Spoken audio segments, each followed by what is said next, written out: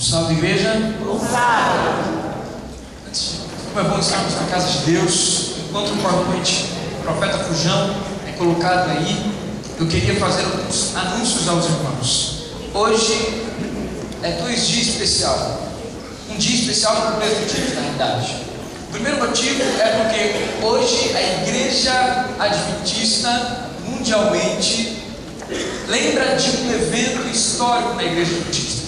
Lembra sobre o dom de profecia manifestado na vida de Ellen White.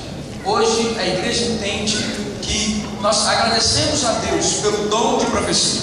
E é por isso que nós temos aqui alguns pioneiros da igreja, como você já viu no vídeo, falando sobre a importância desse dom. Hoje também, na verdade hoje eu só faço a propaganda. Eu sou político, mas faço propaganda. Bom, hoje nós vamos começar, na verdade, iniciar a semana de oração, que nós colocamos como um novo tempo para você. Olha ali, um novo tempo para você. Nós iremos tratar de assuntos que o Bíblia Fácil trata. É por isso que nós colocamos aqui o Bíblia Fácil. Bom, eu queria que cada representante de família se colocasse em pé, porque vai ganhar um convite. O desafio de vocês é levar um convite, trazer uma pessoa durante essa semana de oração. Então, um representante da sua família, coloque-se em pé, você vai receber um convite. Eu gostaria que você se empenhasse para trazer uma família não adventista durante essa semana. Por isso, um convite só. Que você possa ganhar e convidar uma pessoa para estar aqui durante esta semana. E terminaremos dia 11 com 20 pessoas sendo batizadas. Bom, a gente não passou todos os nomes, mas tem o Marcos, a sua família que também vai ser batizado, e algumas outras pessoas. Além do mais, eu tenho outro recado para dar para vocês. Aqui está o reencontro, dia 8 de novembro. Nós vamos ter na igreja o que mesmo, irmãos? O reencontro. Eu quero ouvir da igreja. Dia 8 de novembro, nós vamos ter o quê? O reencontro. E o que é esse reencontro? O reencontro é quando a gente vai ver as pessoas que já foram dessa igreja, que já foram adventistas do 7º dia, mas que porventura se afastaram da igreja. Então você vai enviar esse convite para essa pessoa e vai convidá-la para dia 8 estar aqui. Por que dia 8 é tão importante? Porque dia 8 teremos uma programação especial para eles. Vai ter almoço, vai ter um programa totalmente especial. O Nil do Ministério Pessoal está vendo isso. Então você que tem uma família, que conhece uma família que não pertence à igreja adventista e que já pertenceu, você então vai levar para ela esse convite, vai convidá-la para estar aqui dia 8 de novembro, ok? Ex-esbravadores, ex-aventureiros, ex-famílias que foram da igreja, todos aqueles que pertenceram um dia à igreja, não são da igreja, agora atualmente, você vai convidar para estar aqui, tá ok? Então no final do culto de hoje, nos procure o irmão Nil, e aí você vai ganhar esse convite, tá ok? Tá ok. Você então que tem uma família que conhece, que não é adventista, você vem e pega aqui esse convite, tá ok? Eu vou deixar aqui e no final do culto a gente entrega os convites certinho. Bom, vamos para o sermão? Um profeta Fujão. Antes de Ellen White ter começado o seu ministério, 2 profetas se levantaram na igreja adventista. Alguém sabe o nome? Guilherme Miller? Não, Guilherme Miller não é profeta, ele é pioneiro. Alguém sabe o nome? Um nome. Obedias, eu acho que é isso. Quem? Obedias? Não. Quem? Abel? Não. Hensel Foss é um dos. É 2. Alguém sabe outro nome? Não. Hensel Foss já foi falado. Alguém sabe outro nome? Smith. Ray Smith? Não, ele foi editor-chefe da Casa Publicadora. Quem mais? Guilherme Foy. No português seria. Mas vamos lá. William Foy foi um dos profetas que a igreja teve lá no ano de 1842. Antes de Ellen White ter iniciado seu ministério profético, em dezembro de 1844, William Foy recebeu algumas visões. Bom, que visão ele recebeu? Ele recebeu a visão de que Jesus voltaria e de que haveria a ressurreição dos justos. Mas ele teve um probleminha que não fez ele pregar essa visão. Eu apertei 2 vezes aqui.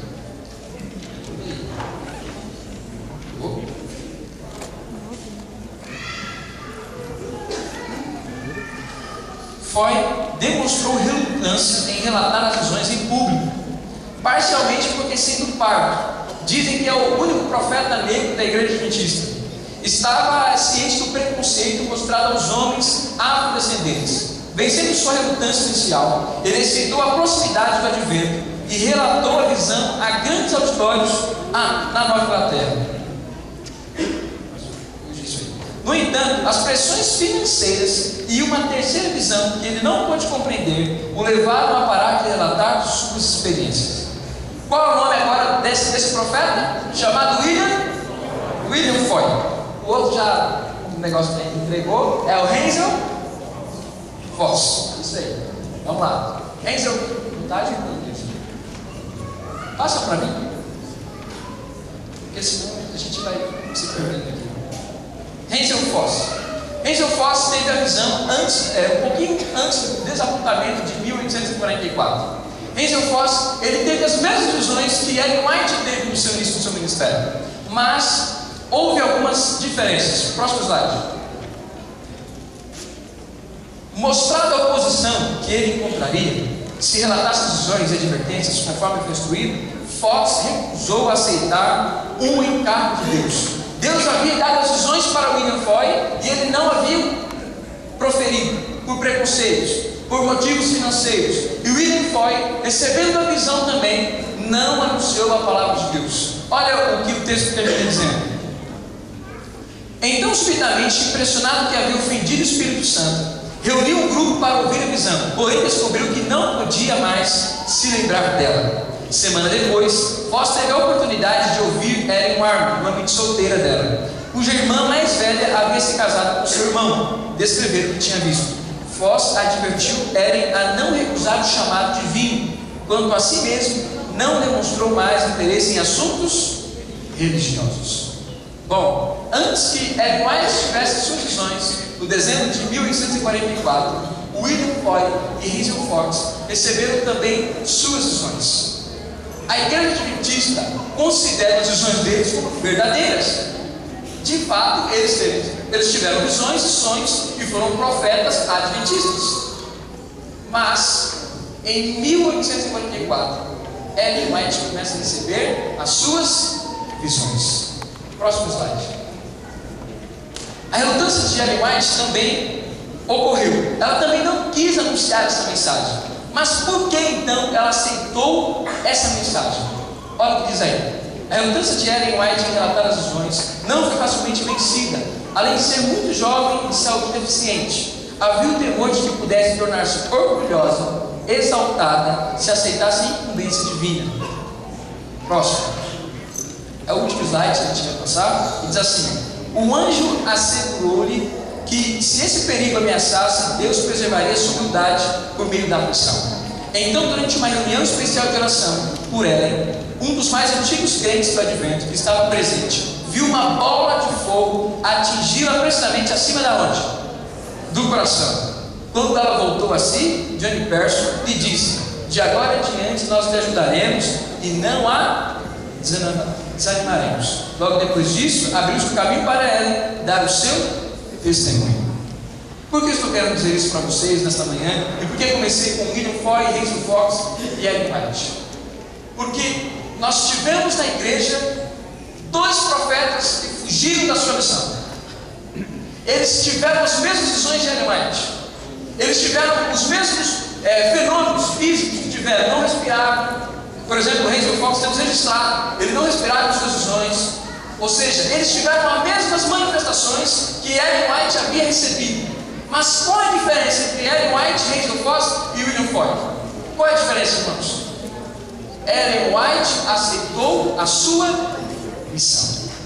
Aceitou o desafio de pregar o Evangelho, aceitou o desafio de fazer parte do povo de Deus e aceitou a missão de ser profetisa de Deus. Mas será que é só na história adventista que temos histórias de profetas fujões? Não. Abra sua Bíblia lá, no livro de Jonas. Jonas capítulo 1, verso 1 ao 3. O livro de Jonas, capítulo 1, do verso 1 ao verso 3.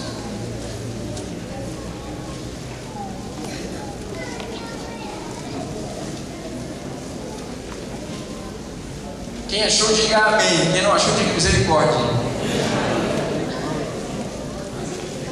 Jonas capítulo 1, do verso 1 ao verso 3. Agora todos digam amém. Isso. Ninguém disse misericórdia, então podemos ler. Veio a palavra do Senhor a Jonas, filho de Amitai, dizendo: Dispõe-te, vai à grande cidade de Nínive e clama contra ela, porque a sua malícia subiu até mim. Jonas se dispôs, mas para fugir da presença do Senhor, para Tarsis. E tendo descido a Jope, achou um navio que ia para Tarsis. Pagou, pois, a sua passagem e embarcou nele para ir com eles para Tarsis, para longe da presença de quem? Do Senhor. Se existem alguns teólogos que dividem esse livro, se dividem em 4 partes. Jonas tem 4 capítulos e é dividido em 4 partes. Eu queria que você memorizasse essas 4 partes. Primeira coisa, correndo de Deus. Jonas correu de Deus. Sim ou não? Sim. Então o primeiro capítulo a gente divide como correndo de Deus. O segundo capítulo é correndo para Deus. O terceiro capítulo é correndo com Deus. E o 4º capítulo é correndo à frente de Deus. Mas o primeiro capítulo fala sobre correndo de Deus. Jonas correu de Deus. E por que Jonas correu de Deus? Porque ele viu a mensagem, viu o desafio da mensagem ser pregada, então ele vai e foge da missão que Deus confiou. O primeiro motivo que ele correu de Deus é porque ele não obedeceu o mandato de Deus, a ordem de Deus. Diz o texto que Deus havia enviado ele para qual cidade?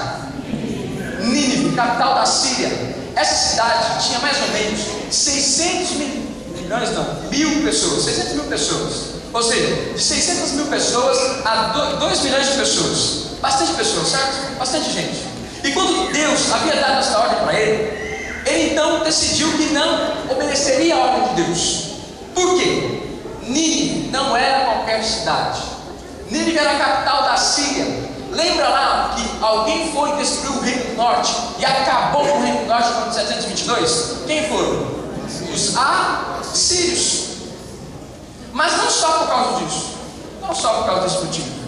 Porque também a Síria era conhecida por ser um lugar de terror. Eles matavam com crueldade qualquer pessoa que desafiasse o rei.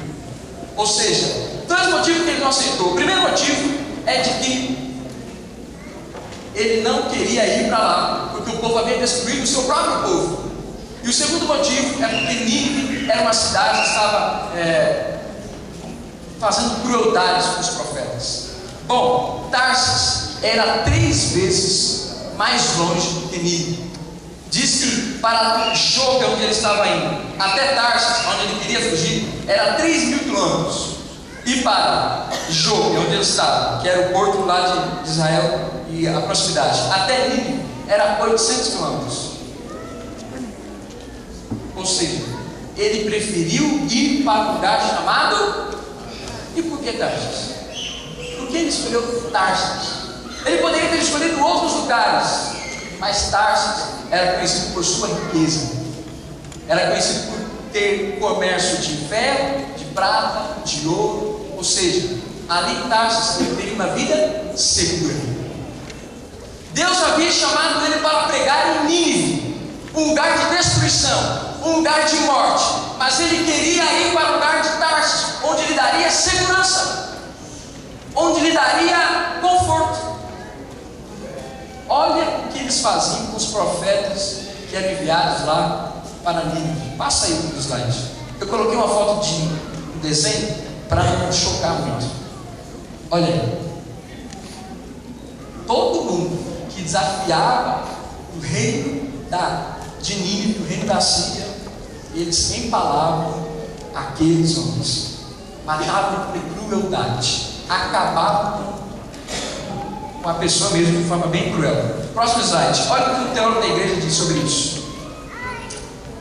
Nínive era um lugar de sangue, era derramado ali aquele sangue livremente, sem quaisquer escrúpulos. Os monumentos assírios mostram como cativos eram descolados, decapitados, empalados vivos ou pendurados pelas mãos ou pés para morrer em agonia. Essas e outras práticas desumanas revelam a crueldade do quê? Daquela nação. Agora olha para mim. Você iria para mim? Se Deus te chamasse hoje para ir para Nínive, pregar uma mensagem de arrependimento, pregar uma mensagem de salvação, você iria para Nínive? Então por que você critica Jonas? Por que você acha que é melhor que Jonas? Jonas recebeu o mandato de Deus, a ordem de Deus, mas ele não queria ir para Nínive. Ninguém quer ser morto. Ele preferiu então ir para Tarsis, onde estava tudo tranquilo. Ele queria viver com riquezas, viver bem. Eu prefiro ir para Nínive ou para Tarsis? Faça a escolha aí. Você preferir ir para Nínive ou para Tarsis? Para Tarsis. Mas quando Deus nos dá uma mensagem, você deve obedecer.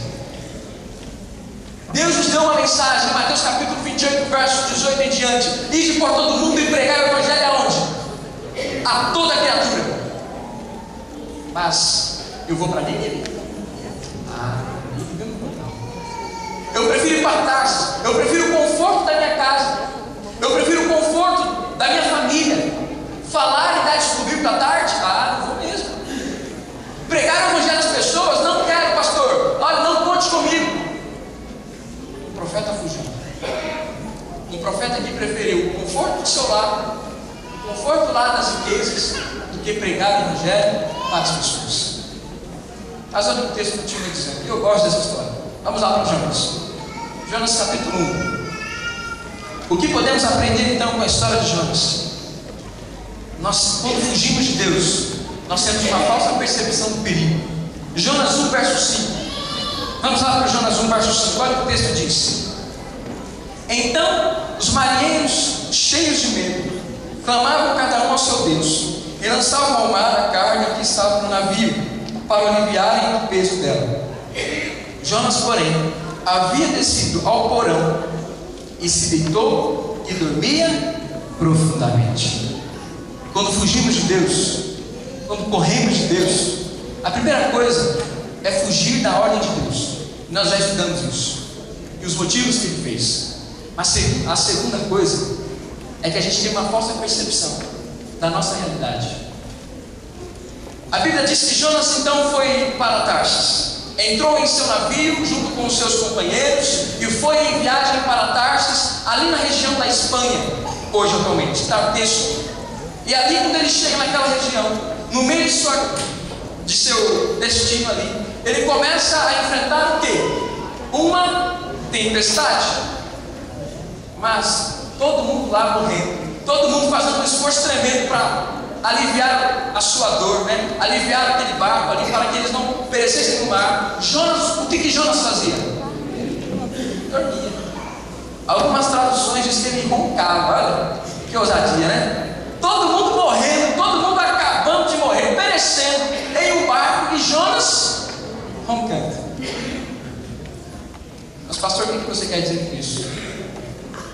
É porque a gente estamos na mesma situação. O mundo está perecendo, legal? O mundo está se acabando. As pessoas estão morrendo sem o evangelho. E o que eu estou fazendo? Roncando. Eu estou dormindo. O pior não é isso, livro. O pior é que além de eles morrerem, eu também vou morrer, porque Jonas também estava onde? No barco. Ambos vão morrer. Só que um acha que está tudo bem. Acha que vir à igreja, ouvir a palavra de Deus, está tudo perfeito. Eu não preciso de mais nada. Eu não preciso fazer mais nada. Olha, pastor, eu fui batizado, aceitei as doutrinas da igreja, a minha parte eu já fiz. A gente está indo de mal a pior. O nosso barco está a pique e nós estamos a um canto, dormindo, pensando que está tudo bem e que a gente vai chegar ao destino que é Tarsis. Mas seu destino não vai ser Tarsis. Se você continuar vivendo a vida que você está levando, seu destino vai ser Tarsis. Tenha certeza disso. Mas o texto continua. O texto vai falando e a gente vai aprendendo com o texto. E olha o que o texto diz, Jonas capítulo 1, verso 3, 5, 15 e 17. Preste bem atenção nisso. Verso 3, depois o verso 5, 15 e 17. Eu vou ler, preste bem atenção na cena. Jonas se dispôs, mas para fugir da presença do Senhor para Tarsis. E tendo aonde? Descido aonde? A Jope. Achou um navio que ia para Tarsis, pagou para sua passagem, embarcou nele para ir com eles para Tarsis, para longe da presença do Senhor. Ele desceu, certo? Ele estava numa localidade e desceu para Jope. Agora lê o verso 5. Então os marinheiros, cheios de medo, clamavam para os judeus, lançavam ao mar a carga do navio para aliviarem o peso dela. Jonas, porém, havia descido aonde? Ao porão. Agora ele não desce mais a Jope, ele está descendo aonde? Ao porão. Agora lê o verso 15. E levantaram-se a Jonas e o lançaram aonde? Ao mar. Foi a Jope, foi ao porão e foi ao mar. Agora lê o verso 17. Deparou o Senhor um grande peixe para que tragasse a Jonas. Esteve Jonas 3 dias e 3 noites no ventre aonde? No ventre do peixe. Jonas começou a fazer o quê? Descer. Ele estava em Jope. Ele desceu em Jope. Depois ele desceu para onde? Para o porão. Depois ele desceu para onde? Para o mar. E depois ele desceu para onde? Para o ventre do peixe. É assim que a gente faz quando a gente foge da missão de Deus. A gente só desce. Jonas desceu até o fundo do abismo, ele diz. Sabe por quê? Porque ele fugiu da missão que Deus havia dado para ele. O reino de Deus é simples. Quando a gente corre da missão de Deus, quando a gente deixa de falar para as pessoas desse evangelho, que é a nossa missão, como William Foy e Hazel Foster, Deus não precisa de você. Deus vai levantar Ellen White, Deus vai levantar José Bates, Deus vai levantar George Bell, Deus vai levantar várias pessoas. Mas eu quero dizer para você que se você fugir da missão de Deus, você só vai descer. Você só vai descer. As pessoas vivem uma vida, uma falsa percepção da vida, e mais do que isso, vivem descendo e não estão percebendo que estão descendo. Só percebe quando a gente chega, sabe aonde? No ventre do peixe. Quando não tem mais nada o que fazer, quando não tem mais nada o que agir, aí a gente chega no ventre do peixe, aí a gente reconhece. Mas você não precisa descer no ventre do peixe. Sabe, a última coisa que eu quero falar do capítulo 1 é o verso que fala sobre o vento. Vê lá, Jonas capítulo 1. Olha o que Deus faz quando fugimos da presença de Deus.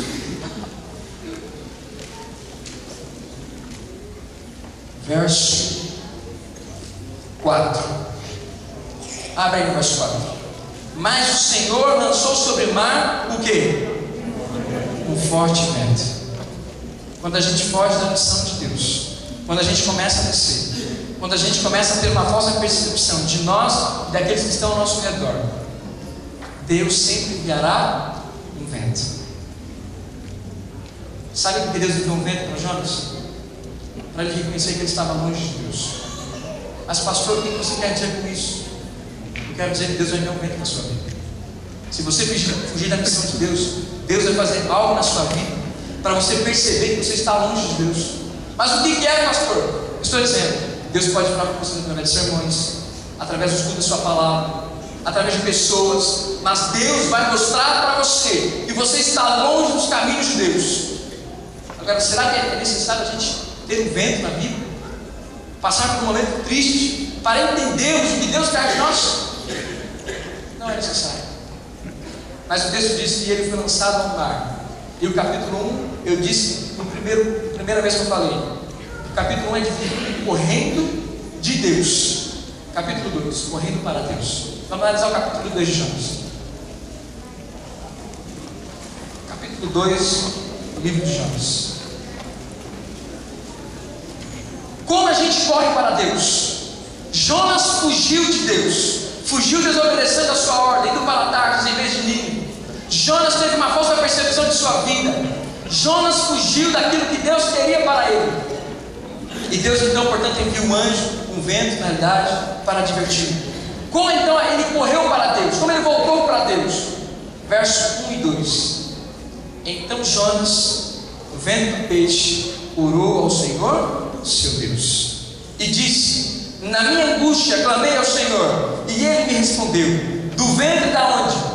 Do abismo gritei, e tu me ouviste a voz. A primeira coisa que temos que fazer quando a gente está longe de Deus é o que, irmãos? Orarmos. Oração. Temos que dobrar os nossos joelhos e pedir misericórdia a Deus. Temos que orar a Deus, entregando novamente a nossa vida a Jesus. Oração é o meio pela qual o crente consegue se achegar perante Deus. Diz Ellen White que Deus na oração não se abaixa até nós, mas nós como cristãos se levamos até quem? A Deus. Esse é o poder da oração. Quando estamos em meio às adversidades, Jonas só se lembrou de Deus no ventre do peixe. E ele então ora a Deus, entregando a sua vida novamente a quem? Ao próprio Deus. Mas ele não só fez isso. Lê o verso 4 e 5 aí. Eu vou pedir para o irmão Antônio Lima ler aqui para mim, verso 4 e 5. Então eu disse: lançado estou e diante dos teus olhos. Tornarei, porventura, a ver o teu santo templo? As águas me cercam até a alma, o abismo me rodeou, e as águas se enrolaram na minha cabeça. O que ele está fazendo aí?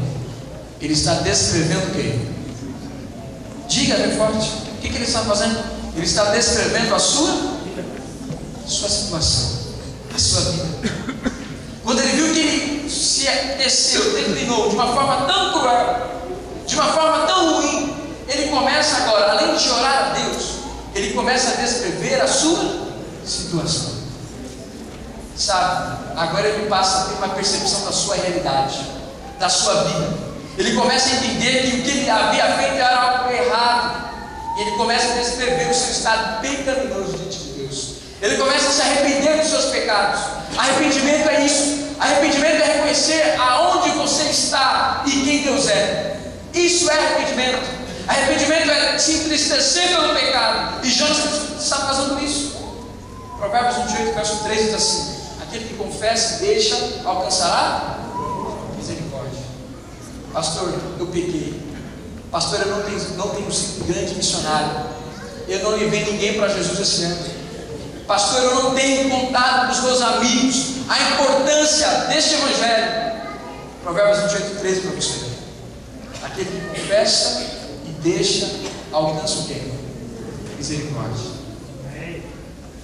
Mas pastor, está sendo difícil aqui hoje, hein? O senhor está falando demais. Diz o texto assim que pregar não é só pregar aquilo que a gente quer ouvir. Pregar muitas vezes é aquilo que a gente não quer ouvir. Eu preciso mudar, irmãos. Eu preciso levar gente para Cristo. Jonas foi um profeta fujão, e eu não quero ser um profeta fujão. Eu não quero ver as pessoas morrendo ao meu lado, e eu tendo a salvação, eu tendo um barco, indo a Tarso. Eu não quero ter isso, irmãos. Eu quero levar pessoas para o céu junto comigo. Se esse é o seu desejo, diga amém. Amém. Esse é o desejo da igreja. Desejo de quanto mais pessoas a gente levar a Jesus, mais importante será a nossa festa no céu. Dia 11 de outubro tem batismo aqui. Dia 11 de outubro a gente vai ter uma festa batismal, pessoas entregando a vida a Jesus. Mas por que não poderia ser mais que 20? Poderia ser 30, 40, 50, 100 pessoas. Mas sabe por que não tem escrito assim? Porque a gente não tem trabalhado, a gente não tem pregado o evangelho, a gente tem se ocultado de fazer a vontade de Deus. Mas continua aberta a sua Bíblia e vamos ler o verso 9 e o verso 10. Eu vou pedir para o Rodrigo ler para a gente. Capítulo 2, verso 9 e 10. Mas com a voz do agradecimento eu te oferecerei sacrifício, o que votei pagarei. Ao Senhor pertence a salvação. Falou, pois, o Senhor ao peixe, e este vomitou a Jonas na terra. O texto diz que Jonas tinha um sonho. Ele queria realizar muito esse sonho. Ele estava no fundo do mar, no ventre do peixe, e ele queria um sonho. Queria sonhar, sabe com quem? Com o poder ir ao templo, arrepender do seu pecado, fazer um sacrifício diante de Deus, para agradecer pela misericórdia de Deus. Jonas conseguiu fazer isso? Alguns dizem que sim. Alguns acham que depois que Jonas foi vomitado, ele foi a Jerusalém, adorou no templo, e depois ele recebe uma outra ordem de Deus. Ou seja, Jonas tinha um sonho, mas o sonho de Jonas era agradecer pela misericórdia de Deus e adorar a Deus pelo que Ele é. Diz o texto que ele chama Deus de misericordioso. Deus é o Deus da misericórdia, sim ou não, irmãos? Porque Deus tem misericórdia dele. E eu quero dizer para você, Deus tem misericórdia dessa igreja. Deus tem misericórdia da minha vida. Deus tem misericórdia da sua vida. E Deus quer fazer você sair desse ventre que você está vivendo e te colocar de novo em Nínive. Agora depende de você aceitar essa missão ou não. Depende de você querer pregar este evangelho ou não. Mas eu quero dizer para você, não diga que Deus não deu uma outra oportunidade para você. Não diga para Deus que Ele não foi bom para você, porque Deus é bom para com a gente, e toda vez Ele convida a gente a servir a Ele, a fazer a vontade dEle. Mas eu vou terminar a história de Jonas, capítulo 3. Jonas correndo com Deus. Vai lá para o capítulo 3. Olha o texto disso. Correndo com Deus é quando nós aprendemos com os erros do passado. Olha lá, capítulo 3, verso 1 ao 3. Veio a palavra do Senhor a segunda vez a Jonas, dizendo: dispõe-te, vai à grande cidade de Nínive e proclama contra ela a mensagem que eu te digo. Levantou-se, pois, Jonas e foi a Nínive, segundo a palavra do Senhor. Ora, Nínive era cidade muito importante diante de Deus, e de 3 dias para percorrer. Começou Jonas a percorrer a cidade de um dia, e pregava e dizia: ainda 40 dias, e Nínive será subvertida. A primeira coisa que eu quero que você entenda é que a gente deve aprender com os erros do passado. Bom, pastor, por que você está falando isso? A gente, muitas vezes erramos, certo? Mas tem gente que não aprende com ele. Tem gente que não aprende com os erros que comete. Tem gente que peca, sabe que é errado, aí ele, sabendo disso, ele repete. Mas ele não se cansa disso. Ele continua pecando, transgredindo a palavra de Deus. Jonas aprendeu com o seu erro. Deus havia dado uma mesma ordem de Jonas capítulo 1, verso 2. Dispõe-te, vai à cidade de Nínive. Agora, será que ele pensou na destruição de Nínive? Será que ele pensou de como seriam aqueles homens que tratariam ele cruelmente? Ele pensou nisso? Lógico que não pensou. Como que não?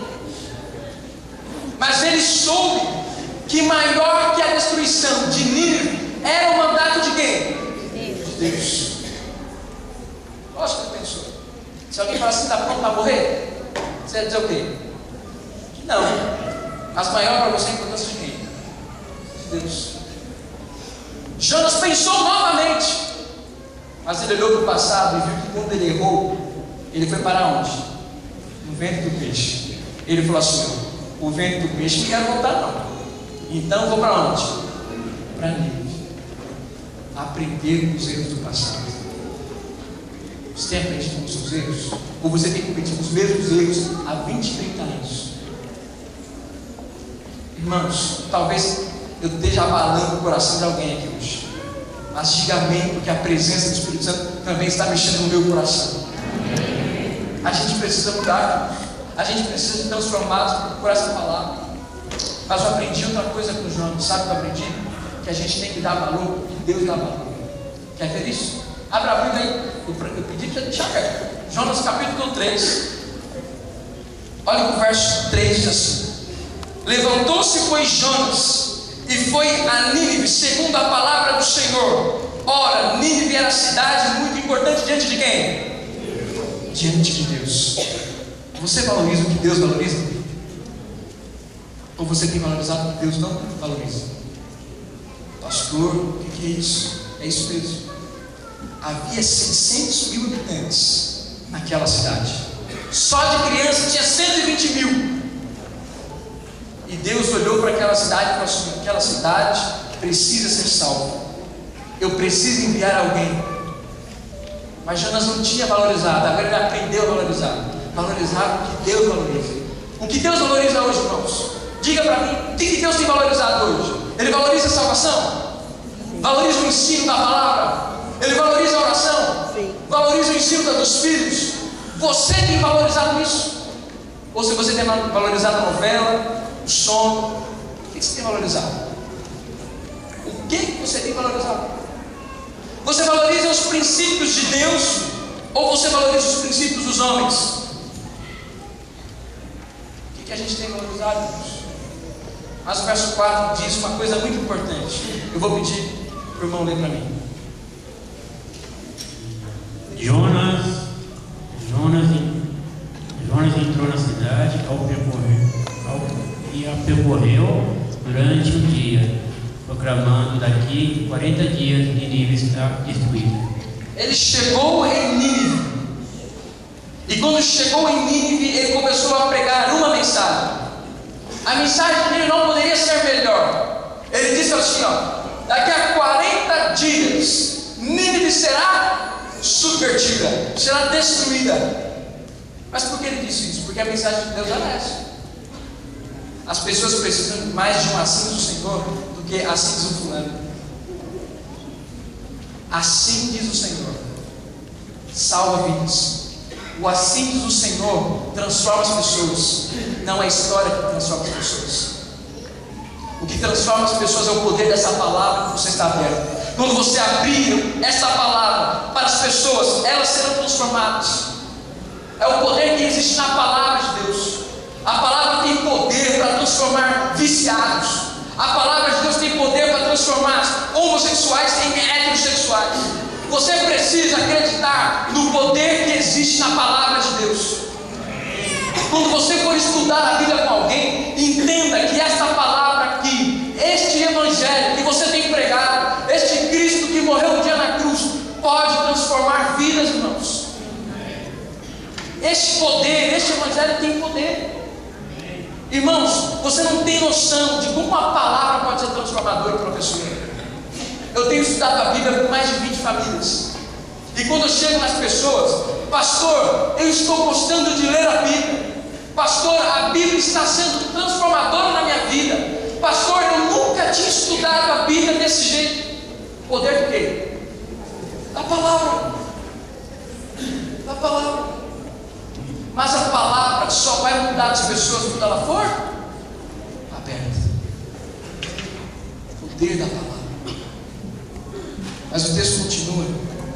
E o texto diz o resultado da mensagem de Jonas. Eu quero terminar esse capítulo dizendo do verso 5 em diante. Olha o que diz.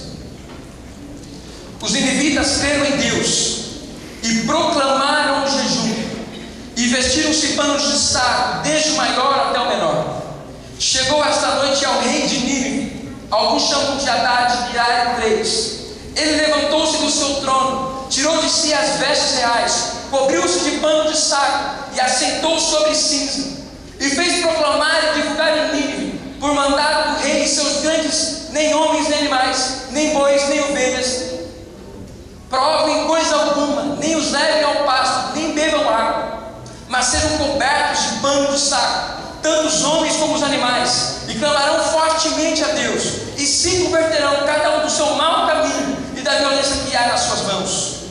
Quem sabe se voltará a Deus e arrependerá, e se apartará do furor da sua ira, de sorte que não pereçamos? Verso 10.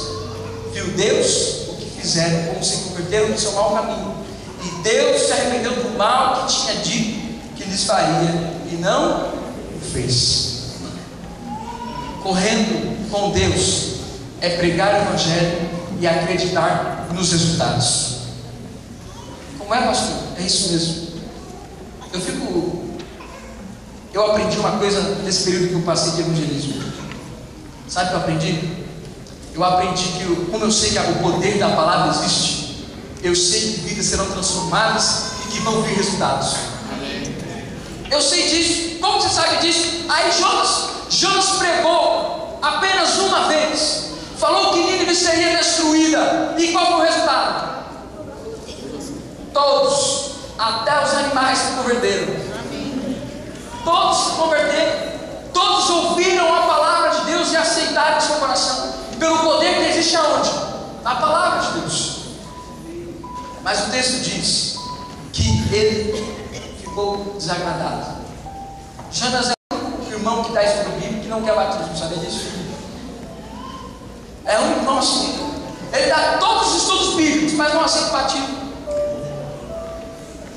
Sabe, é isso mesmo. A gente prega, a gente vai, a gente anuncia a palavra de Deus, e quando as pessoas se convertem ao nosso Deus, a gente fica assim: você está preparado mesmo? Ou você está brincando? O que você acha? Será que essa decisão é séria mesmo? Lá na faculdade eu aprendi que isso é caráter de líder não consagrado, sabe disso? Caráter de pessoas que não são consagradas, pessoas que pregam a palavra de Deus e acham que as pessoas não serão convertidas. Eu quero dizer uma coisa para você: a conversão não depende de mim e de você, depende de Deus. Amém. É Deus que transforma as pessoas, é Deus que salva as vidas, é Deus que restaura os mortos em Cristo, é Deus, não é eu. Olha, pastor, vai ser tantas pessoas batizadas. Glória a Deus, não fiz nada. É Deus. Olha, pastor, as coisas estão. Amém, é Deus. Tudo é por meio dele. É Ele que faz. É Ele que convence as pessoas. É Ele que mostra para as pessoas a necessidade do pecado e de se arrependerem dele. É Deus. Deus é o Deus desta igreja que levantou o Ellen White, William Foss e Wilson Foss. Mas é o Deus que deu a mensagem para cada uma deles. Mas a pessoa que escolhe, é a pessoa que escolhe transformar as pessoas, aceitar a mensagem, ser profetizado ou não. É você, a decisão é sua. Mas eu quero terminar com o capítulo 4. A gente vai estudar todo o livro de Jonas hoje. Jonas capítulo 4. Correndo à frente de Deus. Jonas capítulo 4, verso 1. Com isso desgostou-se Jonas extremamente e ficou irado. Pessoas que pregam a palavra de Deus, mas não querem resultados de Deus. Olha o verso 2, 3 e preste bem atenção nisso. E orou ao Senhor e disse: Ah, Senhor, não foi isso que eu disse, estando ainda na minha terra? Por isso me adiantei, fugindo para Tarsis, pois sabias que é Deus clemente, misericordioso, tardio em irar-se e grande em benignidade, e que te arrependes do mal. Peço-te, pois, ó Senhor, que tira meia vida, porque é melhor me morrer do que viver. Se você olhar para o verso 2 e 3, diz assim: ó, foi o que eu disse, ainda na minha terra, peço que tira a minha vida, e é melhor B morrer. B é melhor morrer. Ou seja, ele só pensava com quem? Ele só queria saber da vida dele. As pessoas estavam morrendo, agora estavam sendo salvas, mas Jonas só se preocupava com ele. Sabe, irmãos, Jonas correndo à frente de Deus simboliza pelo lado egoísta da nossa vida. Quando a gente não é missionário, quando a gente não prega a palavra de Deus, a gente só é preocupado com quem mesmo? A gente só se preocupa com a gente só pensa na gente, porque eu estou indo salvo, eu estou indo para o céu, mas as pessoas não estão indo, pouco me interessa elas. É assim que a gente faz. Mas pastor, eu não falo isso. Você não faz, mas você age assim. Você, quando deixa de falar para as pessoas, deixa de pregar as pessoas, você só prega o meu, a minha vontade. É só para o nome pessoal. Eu, tá, minha vontade. É assim. As pessoas precisam dar mais valor aos outros, porque aquele que é um profeta verdadeiro, aquele que é um mensageiro verdadeiro, se preocupa com os outros. Então não é eu, é nós. Eu vou ser salvo? Não é essa a palavra certa. O cristão consagrado fala: nós vamos ser, nós vamos para, é nós, não é eu. Não existe palavra singular para o cristão, referência à salvação. Para o cristão é nós. Nós iremos para lá. Você quer ir? Quer ir? Então vamos. É assim que a palavra de Deus deve ser anunciada. Mas a última lição que eu aprendo no livro de Jonas, e a última vez que a gente vai ler o texto de Jonas hoje, está em Jonas capítulo 4, o versículo 10 e 11. Tornou o Senhor: tens compaixão da planta que não custou trabalho, a qual não fizeste crescer, que numa noite nasceu e numa noite pereceu.